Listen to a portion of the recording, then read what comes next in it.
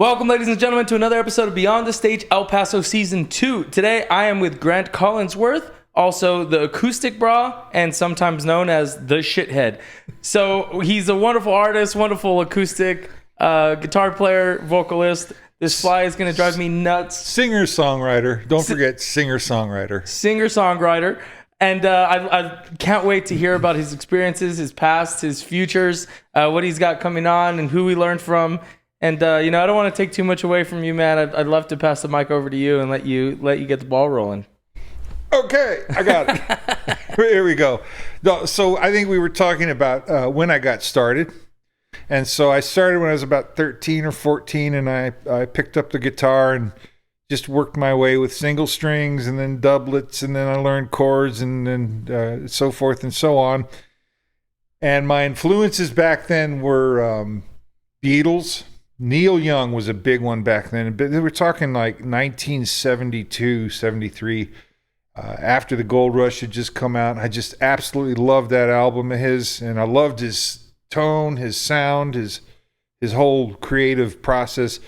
Crosby, Stills, Nash and Young, they were in my cadre of influences. And Beatles, what can I say? They are the benchmark for all of my songwriting anyway. So from there, and then there's Cat Stevens. I don't know if people remember. He goes by Mohammed now or something like that. Yusef, something like that. But anyway, all great songwriting. Back then, from the mid 60s on through the early 70s was some of the best songwriting, and it's the songwriting and the crafting of those songs that got me started. Now, I've been playing ever since, but to tell you the truth, I think I didn't really start taking it seriously as a pursuit until about 2012. So I'm like an older guy at this point, and I just figured, well, I'm never going to make a living off of it, but when you got the disease, you got the disease, man, and you can't help it. The song is in there and you're trying to figure a way to get it out. And rather than go to a bottle or a needle, I actually picked the guitar up and worked with it. So, and there you have it for that. So I've been writing stuff on and off now. I've got two albums. One's an LP, one's an EP. My first one was like, that's sort of your first one's always sort of your throwaway. You're sort of, okay, this is what it would look like. Now you're familiar with the process. Now let's get serious with the stuff. Now, given the costs and the time and everything, I've only been able to produce an EP of like 6 songs. It's called If I'd Only Had a Band. And later in this podcast, I will sing that song for you. Perfect. And then I do have other material in the wings. Again, it's about money and time, and picking the right. One thing I wish El Paso had more of, I don't say this to be a brutal critic or anything. I say it in kindness, and I wish they had more real producers.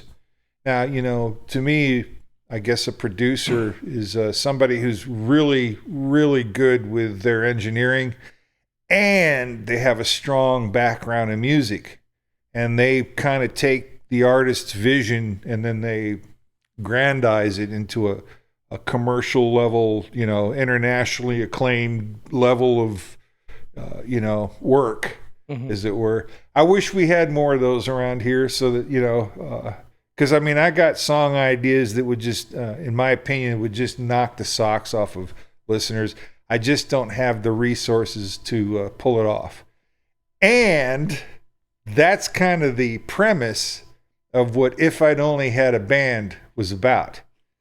Now, in that particular song, it was a big part of me whining and crying about, my non-apparent success at music.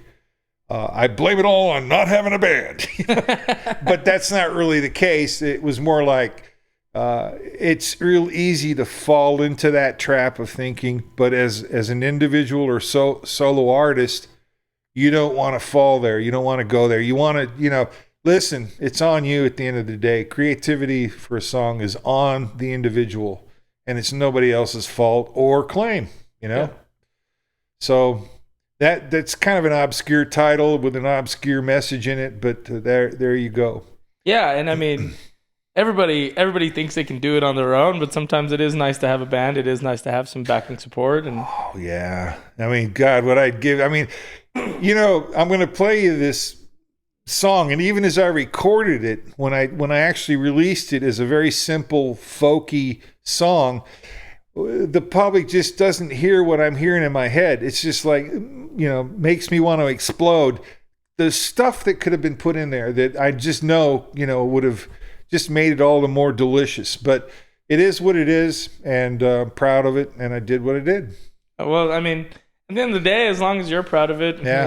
everybody's going to have their own opinion, and some are going to be good, some are going to be bad. But, we put the work in. We put the work in for ourselves and for the love of what we do, not necessarily for the love of what other people do. So, Yeah.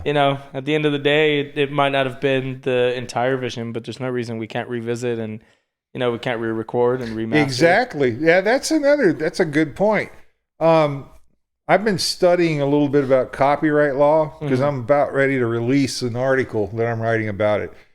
And, with all the regulations and policies surrounding copyrights and what their definitions are and such like that, it's like, geez, just rewrite the damn thing and get it over with. It's like, if this is too much of an obstacle, take your work and readapt it. There's plenty of slots and room for that sort of thing. So, every gem is a gem, but you can chop the baby's arm off sometimes, and you rework it, it's part of you. So you have that, that right and that option, Yeah. Here at Beyond the Stage, we do not condone cutting babies' arms off. Oh, no. That was a I metaphor. was being metaphorical. Yeah. Sorry about that.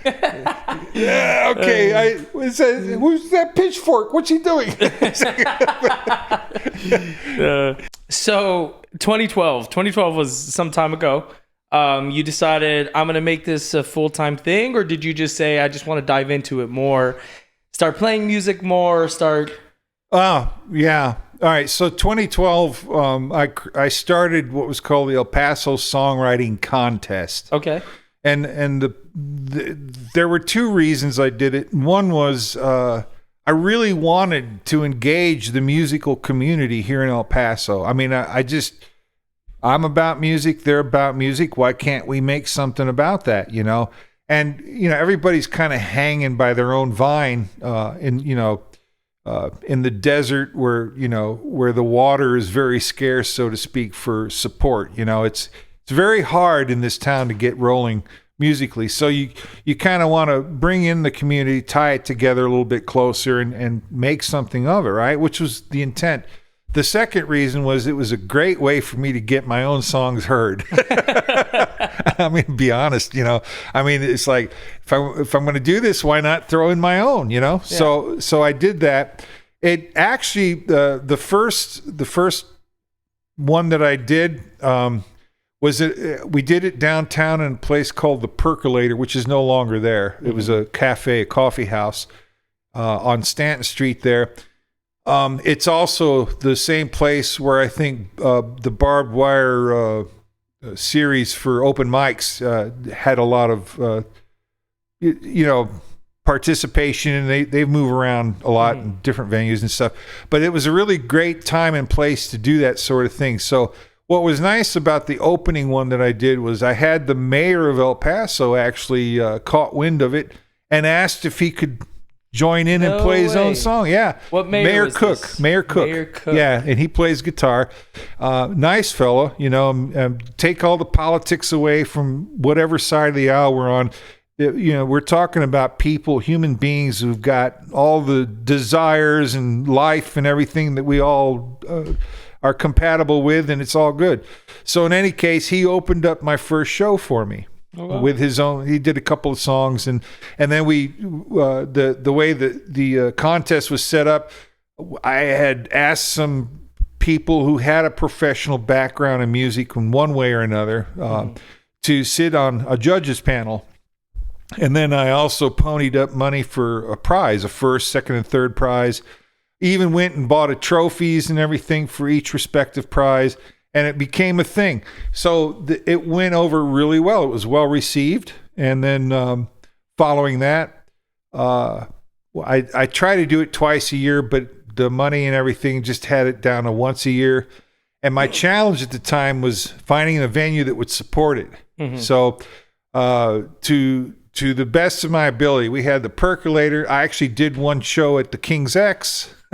If you're familiar with the King's X bar, I'm not. It's sort of a landmark bar on Mesa Street, and a lot of hard rock and blues acts come through there, and a lot of fun. If you ever go there, it's a great place. But anyway, following that, I did one show on the El Paso Theater. The can't think of the name. The El Paso Playhouse, did one there. And I finally wrapped it up. The last year was 2017, and I wrapped that up at Star City Studios. Okay. And that was probably the best of all the shows I did because, I mean, the turnout was better. But, again, logistics and the money, a lot of this was out of pocket, and I couldn't keep up. I'd gotten laid off from my job, among things. So all that cost, it cost me about $2,500 a show. No, yeah, I bet. Just to produce that, and it was a lot of fun. And I would tape, and I kept video. I have the archive. It's still online on my YouTube channel.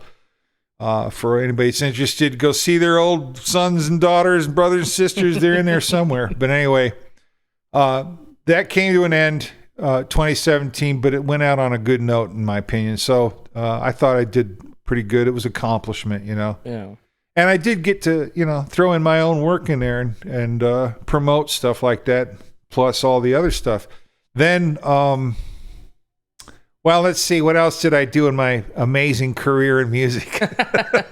So you're kind of a prime example of, artists starting a little bit later in life. Absolutely, yeah. So something I always like to ask a lot of the people that come on is, what advice would you give to newer artists? And I always want to say newer artists instead of younger kids, because just like you played when you were in your teens, but you didn't really come into it until later on in life. What's something you can give to those younger artists that are starting out, that are picking up their first guitar, their first bass, or whatever it is that they're starting? What's something that you could offer them? Those are good points about age versus novelty of the industry, as it were.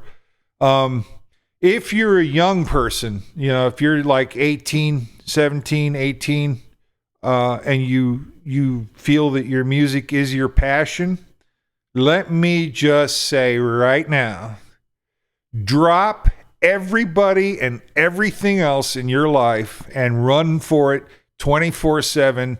And maybe in about 10 years, you will reach what I call the holy trifecta orbit of music.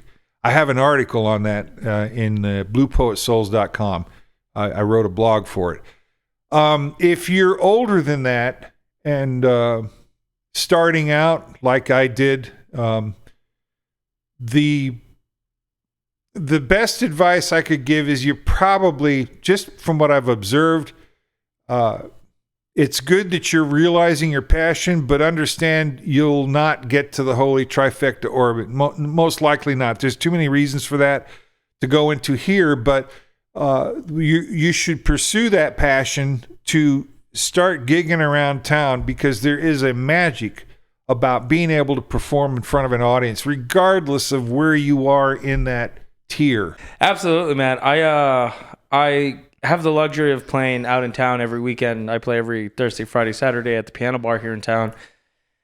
And I can't tell you how much joy that brings. It's long nights because I'm working, 8 o'clock to 2 in the morning every Thursday, Friday, Saturday. And it's exhausting, and I don't get to put the kids to bed sometimes, but it is by far way better than having a day job. It's so much fun. It's something that I wouldn't trade for. You're talking about actual performance, actual playing. Yeah, actual see, performing. that's a gift right there. If you're given that fortune, that opportunity, it doesn't matter what age. I mean, if you're older, what you just described is the reason you should do it, the absolute reason. If you're younger, it's the reason you should do it. Yeah. But the difference is in expectations. Where are we going with these things when we try? We want to share our stuff with the world, but we want to see a little payback, right? I mean, every musician goes through this. They suffer the same dream of, I'd like to get paid. My 2 little albums that I've got out there, I think I've probably drafted $10, out of the whole thing. Seriously. And I want to just say thank you to one man who downloaded my song, paid for it, downloaded it, and that was Dan Alloway of KTEP Radio, who actually then played it on the radio. Oh, wow. He did this without, he told me, hey, I'm going to do it, but I expected to give him the song. But bless his heart, man, he bought the song. He actually paid for it. So I feel like that's a big win in my life. It's a huge win, man. Oh, my goodness. It's a huge win. I haven't released anything individually. I've played on a few albums, played on a few records and stuff, but I can only imagine that level of accomplishment of fulfillment when you see that somebody just bought the work you made. It seems. And the other person is a complete stranger who I've never heard from again. I guess they didn't like the song. No, I don't know. It's such a crapshoot. I could write a book on what I'm thinking about the streaming, the trend of streaming. The direction that music is taken. From a commercial perspective, it's all upside down in my opinion. It goes back to what I think we need is more producers, we need real managers, and we really need a venue system that sets up for live entertainment. I think the more of them are coming around, and so with time, I'm hoping that we see more, grander theaters, if you will, for music performance and stuff like that. I can tell you right now, I think jazz probably has it pretty good in this town. Everything else is kind of like, it's iffy, It's funny, as I come from a jazz background, and that started here. I was, kind of against it when I first started in high school, and then I got better. I started doing other stuff, and I joined the El Paso Youth Jazz Ensemble. Nice. I did that throughout high school, and I was pretty good at it. From there, I auditioned, and I went to Texas Tech. I was in their jazz program. Did that. After that, I joined the Marine Corps, and I'm pretty sure it's my jazz chops that impressed them the most. Yeah. So jazz. I owe a lot of credit to jazz, and I feel like, jazz is a dying breed, You got some great players in town. I can tell you, I haven't heard your work, but I suspect you probably know what you're doing. A guy named Ruben Gutierrez, right? Mm-hmm. Yeah, he's kind of he teaches, music, I think I think it's in the Isleta district. I'm not sure. Maybe it's El Paso. Anyway, I know that at some point he was a teacher or is a teacher. And I've seen videos of his playing. He really knows his stuff. He really knows what he's doing. Let me tell you right now, as a singer-songwriter, I can't read a lick of music. It's all straight from spirit and heart and mind, and memory, what's left of it. So, yeah, it's kind of an art form in and of itself, or a skill, if you will. I've always admired the people that could read the theory. My hat is off to them. It literally is. The discipline it takes to memorize and remember what you're looking at means this and not that, and so forth and so on. And then as you get advanced, how are you arranging things so that it comes out this brilliant piece of work?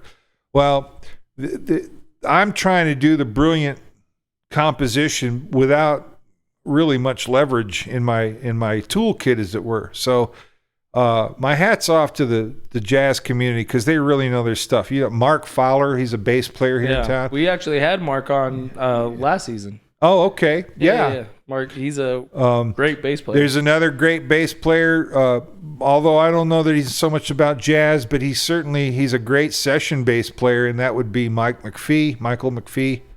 Big Mike McPhee. Anyway, there's a lot of really accomplished musicians here in town that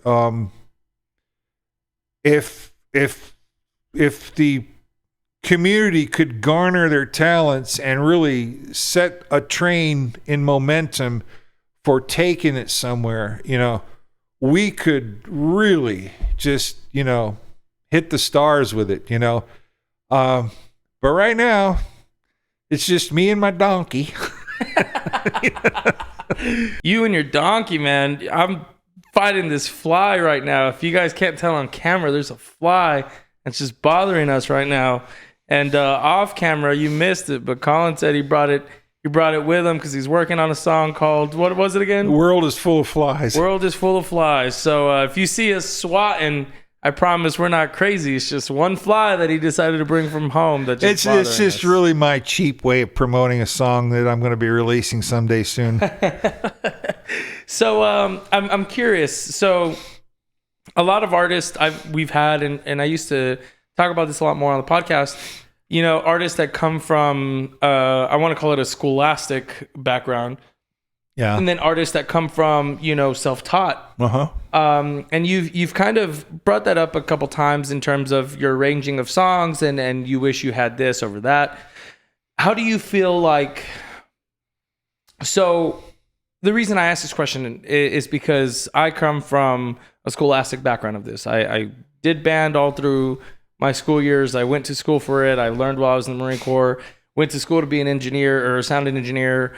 And I have a very scholastic background, but I feel like because I have that a lot of times, I feel I'm in this box of, this is my structure. This is how I do it.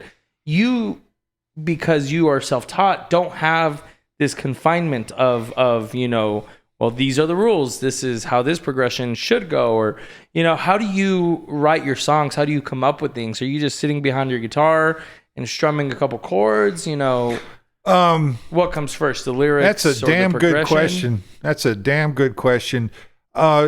It's a little bit of everything. It really depends.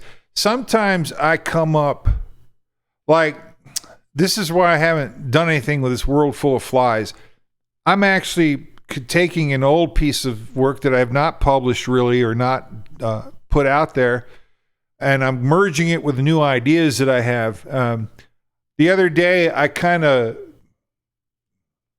catchphrase sort of hit my mind. It just came out of the thin air, and it's called, there's a line in this new song. It goes like this. It says, my invisible man in the sky has the better plan, Mm-hmm. Hold on to the light inside, pay the love you can. And, that's a whole different song than from the original World Full of Flies, which was, I saw a ripple on the lake made by people who give and take. Hit or miss, it's no mistake to chase the easy life. So, you obviously these are opposing lyrics. They have nothing to do with each other, but I'm trying to pull from both of them to merge and make this one better piece, right? Mm-hmm. So that's just one method. That's one tact where I guess I'm cannibalizing some of my own work if I haven't already published it or whatever. Other methods, sometimes a little song diddle comes to my head, a little lick or something. Just, geez, have I heard that before? No, I have not. Well, I'm hearing it now. Let's, work it out. And then maybe I'll build a lyric around that.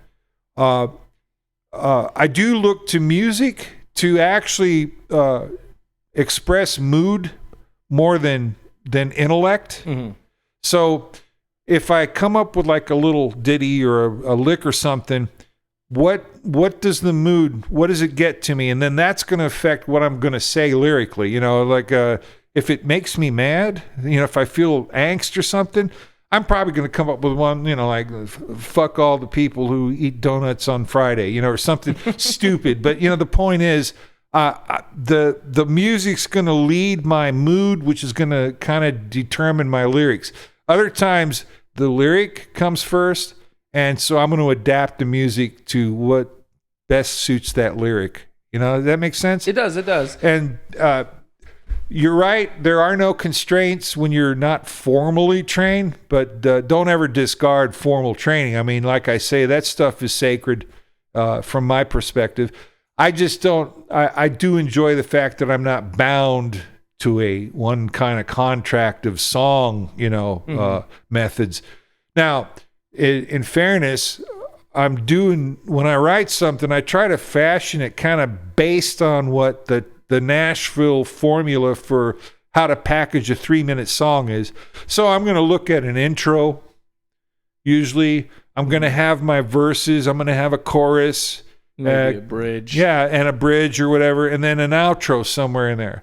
And then, when you do enough of those, I guess you can also factor in, if you're doing like a live performance, you can factor in maybe a little bit of get the audience to join in on the chorus and extend that chorus for a while, and make a 3-minute song into an 8-minute, nightmare or whatever. You know what I'm saying? But the point is, and I guess that falls under the rules of improvisation, if that's what you want to call it. The idea, of course, is to have fun. And the bottom line is to have fun, in my opinion. That's the whole point of it all. Have fun. And if you make somebody feel moved and good, then you're doing your work. You're doing your job. Absolutely. So, like I said, I work every Thursday, Friday, Saturday. And one of the things I try to do, and it always means a ton when people come up to you after the show and they're like, "You are amazing. Your energy on stage is great." Yeah. Like it always feels really great. But something I always try to think about, regardless of how tired I am. I have two little ones, the 2 and a 3-year-old, and they are exhausting. But it doesn't matter at the end of the day how exhausted I am. When I go to work, I think about the struggles that those people had to do if they have kids, if they had to get a babysitter, if they had to, make time in their work schedule to go out to see this performance. I feel a very strong way about not giving them a less than 110% performance. Yeah. And it's something where as performers, we want to elongate those choruses that they love to sing. And where I work, it's all request shows. So it's all, top 40 Billboard songs. It's a bunch of requests.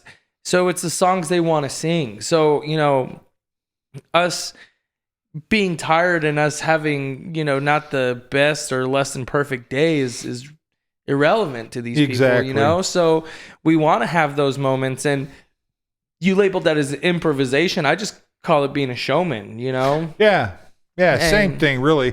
And that is exactly right. That brings another point I'd like to add, if you don't mind.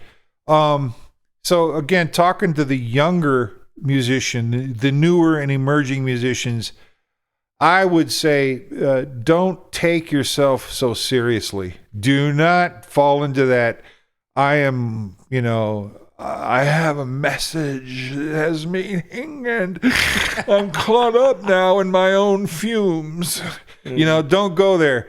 The whole point of music is entertainment, that we're talking about entertainment. The fact that you had bands come up that put out what we call brilliant works.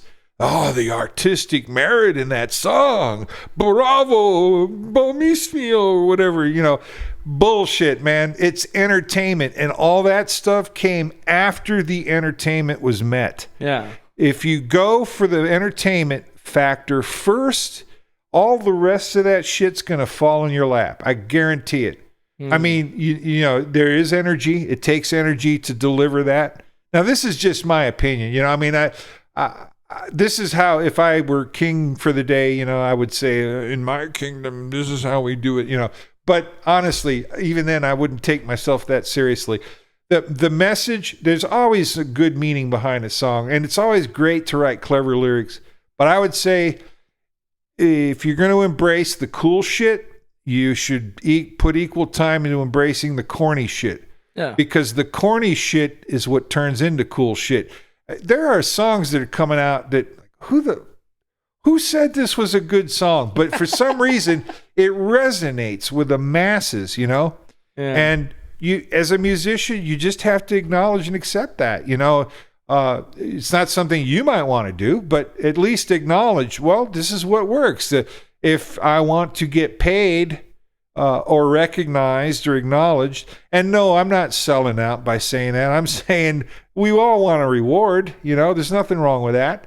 But don't take yourself so seriously. If it wasn't like, you know, Nietzsche on an acid trip or something like that, you know, it's like, don't sweat that shit, man. Just be yourself. Be willing to make other people happy, and the rest will follow. So on a completely different note, I always like to, you know, pry and pick a little bit, but you play guitar, yes, right? If you had the capability to, when you were 14 years old, learn something else, whether it be something traditional or untraditional, what would you have hoped to have, you know, picked up? Good question. I forgot to mention there was another influence to me, sort of a sacred, I don't want to touch it, it's in the temple thing, and that was Frank Zappa. Oh, okay. Now, you know, funny story about Frank Zappa. I've seen him perform twice. Here in El Paso, he came to the Coliseum and the Civic Center once or twice. He had his original band, the Mothers of Invention. Jimmy Carl Black was the drummer for Zappa's original band. Jimmy Carl Black is from Canyon Tío. Oh, really? And I met the guy and ate lots of donuts because at one point he had quit the Mothers of Invention, and he came into town. He started a local band, Sonny and the Low Boys, I think it was, and was hitting all the clubs and everything. It was fun. It was great rock and roll. But he also, on his own volition, decided to buy up a Winchell's donut shop and run the damn thing. And, you know, for like, there was a semester, my last year in high school, I would stop by for the donuts and say, hi, Jimmy, and we chatted and all that stuff. He's a great individual. I mean, just a really great person. And he loved making those donuts until he didn't love making them anymore, you know, and then he gave up the business. But I just thought that was kind of cool, man. This guy was from a legendary, we're talking legendary status, avant-garde musician, and he was part of that whole thing, that whole scene. And he's got a couple of sons that live here. I don't know their first names. They come around, you know, from time to time. Anyway, I've got other stories about people I've met of celeb status. And one of the songs I'm going to sing is the story about, I went to Chicago a couple of years back with my mom, and we decided to spend a week. That's her hometown. So on the itinerary, I happened to notice that in Chicago that week, blues legend Buddy Guy, who has his Buddy Guy's Legends bar in Chicago, was holding an open jam. Now, I'm very naive, and like I said, I was kind of, still am new to the business in a manner of speaking. And I took open jam to mean open mic, as in what I'm familiar with seeing here in El Paso. An open mic in El Paso is a couple of guys get up, play their songs. Maybe somebody does a little poetry or whatever. But this was an open jam. Yeah. So the open jam was like blues. That was obvious. You know, the genre is blues. And you bring your guitar and you get up there and you're going to play some blues, right? And I thought, well, I had just written a blues song, and I had my little acoustic guitar, and I took it with me to Chicago. And I thought, I'm going to drop in, and I'm going to sign up for this open jam, and I'm just going to play that little blues, and I'm just going to impress everybody in there and everything, right? So I got in there, and I met some good people, man. There's some heavy hitters in the blues industry up there. And fortunately, I even met Buddy Guy. He happened to be there that night. He's not usually there. But it was a lucky stroke, you know. So anyway, I go up and I introduce myself. I go, hi, you know, you Buddy Guy, man. I love your work and blah, blah, blah. And I had my guitar. And I came here to sign up. I'm going to get up there and play and sing, and I show him my guitar. He's sitting there. He's like real calm and relaxed. He's at the bar and he's like, he looks down at the guitar and he's got a big smile and he's like, okay, all right. And I didn't catch that right, Yeah. So when you go in there, you pay a cover, and then if you want to get on that list, you get on the list. They put my name at the very end of the list, right? All right. I understand that. Acoustic, there's going to be a whole amp set here and everything. Backlines, the whole bit, right? Well, it turns out, so the first act goes up, and the way they organize these jams is they've got like 4 or 5 in-house experts that do this. They volunteer their time, and they take the neighborhood, up-and-coming players, who, by the way, the definition of up-and-coming is they've already been doing it for like 15 to 20 years. So you imagine with the experts, the in-house experts, they've been doing it for 30, right? Yeah. And they're older guys, much older. So anyway, these up-and-comers, what they would do is they take the experts and team them up with 3 or 4 of the up-and-comers on the list and do this throughout the night with all the experts that were available. Turns out, I saw that first team go up there, and they have a lead. And the guy says, we're doing this. It's in the key of whatever. Let's get to it. And they just killed it. Just killed it. This is the first team, right? Out of like 4 or 5. And it's like, I'm like, it's like, because I saw what the audience, man, they were sophisticated. They were there for serious, enjoyment, right? Yeah. It all came to me like an epiphany, like what clued me in, sort of thing. It was like, nobody gives a shit about your little acoustic guitar and your one song. This is not what this scene was about, right? Yeah. So I said, I went over there and they wouldn't let me get up there. Because I think the guy that put me on the list, he said, oh, poor motherfucker. We'll give him a shot, but, I'll make it easy and I won't punish him with this. Yeah. So I'm going to put him in the back there. That way, most people have gone home and he won't embarrass himself, right? Well, I went up and said, no, man, I just saw what this is about. And just go ahead and take me off the list, man. I did. I never got to play at Buddy Guy's Legends, but I did save a little face, and I'll tell you what, man, those guys were freaking amazing, man. That's the real deal, that Chicago blues. Yeah. Those guys were killing it, man. This is like nothing I've seen anywhere, There it was. And I had the fortune to meet Buddy Guy, and he got up, he did a few songs himself. Oh, wow. Yeah. So in any case, I got a song that tells that story. Says, flies. Yeah, I'm getting kind of tired of them too. I'd really like to hear you play though, and get away from these flies a little bit. Is there anything else you'd like to tell the people where they can find you, your social media handles, any websites you have? I'm running the Music Professionals Network. It's called the Blue Poet Souls Gallery. It's www.bluepoetsouls.com. And if you're a gigging musician, think about signing up for it. The more exposure people know that you're there, the better it is. The more value the list brings.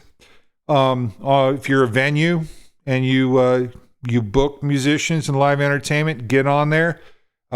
Be prepared to provide some information. It's for the musicians so they understand who they're working with, and what you'll understand who you're getting for the money you pay and so forth and so on. It's just a referral index. It's free, no charge, no strings attached. Perfect. And then if they wanted to reach out to you to book you, is there somewhere they can find you? Social media? Facebook, I'm right Instagram? there. I'm on that list. Go to the list and look me up. Sounds good. And what was the website one more time? www.bluepoetsouls.com. Bluepoetsouls.com. There you go. And thank y'all so much for making it this far in the episode. We're getting ready to hear Colin play his music, and Thank you so much for being on. I really appreciate it. Thank you for having me. It's been a real pleasure. Thank you so much. All right, let's kick it.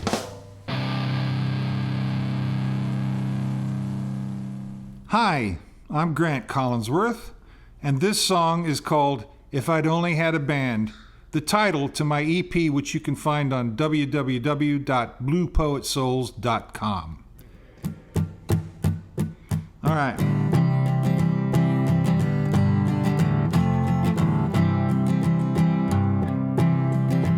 It's so damn hard to let it all go. My tragical state of predicament. If you were a child who got ditched in the road, would the song that you sang be relevant? I should be so grateful for all my helping hands. If only I could have found that perfect working band. Think of all the hearts I might have touched across the land. If I'd only had a band. If I only had a band. While you were standing out in the cold, that's such a familiar development. Working the booth till you're too old, selling your doubts for the benefits. Pressured by the boatload, these industry denizens. If only they would have seen me through a different lens. Think of all the minds I might have reached in Disneyland. If I'd only had a band. If I only had a band. I don't understand why nobody listens to my 3 chords. Maybe I do it for the money, maybe accolades and awards. And thank you, radio, for the sanction of your board. Now tell me, where in the hell are the marketing lords?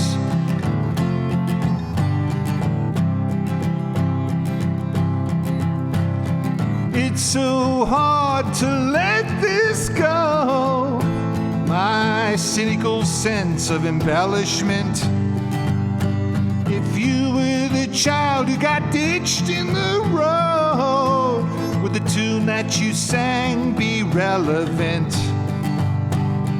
I should be so thankful for all my lovely friends. They only tried to save me from a bitter end. Think of all the buried heads I'd pull out from the sand. If I'd only had a band. If I only had a band. If I only had a band.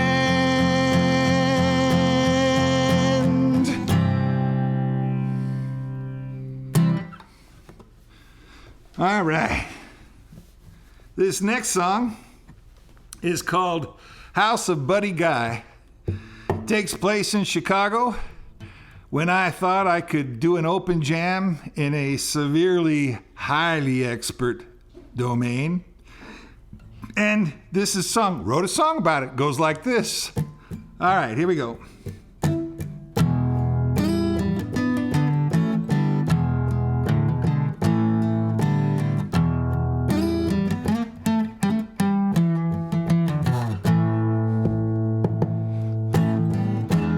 brought a knife to a gunfight.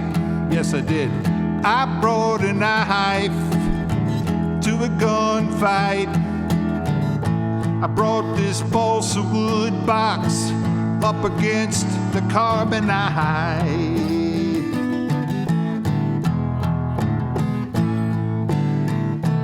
That's the way it went down in the house of Buddy Guy. That's the way it went down. I took a train, I went to Polk Street. I heard they playing, I found a good seat.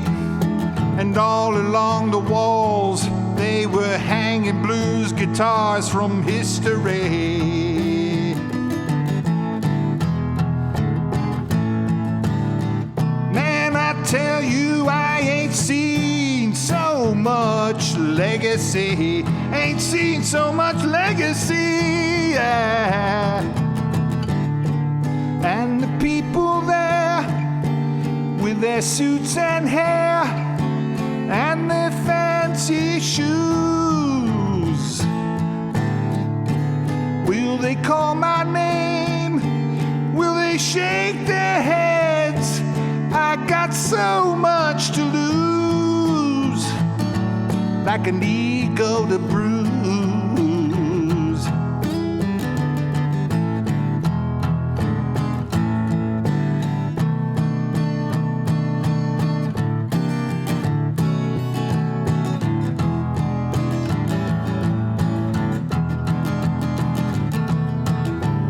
I brought the bug in from the midnight, and I brought the moth to the spotlight, turning figure eights, singeing wings on the flames all night. And that's the way it went down in the house of Buddy Guy. That's the way it went down, yes it did. That's the way it went down. I brought a knife to the gunfight. I brought a knife, yes I did, to a gunfight. I brought a knife to a gunfight. I brought a knife to a gunfight. They done kicked my hiney that night, but I sure did have a damn good time. Oh yeah, had a damn good time. A damn good time. House of Buddy Guy, y'all. That's it.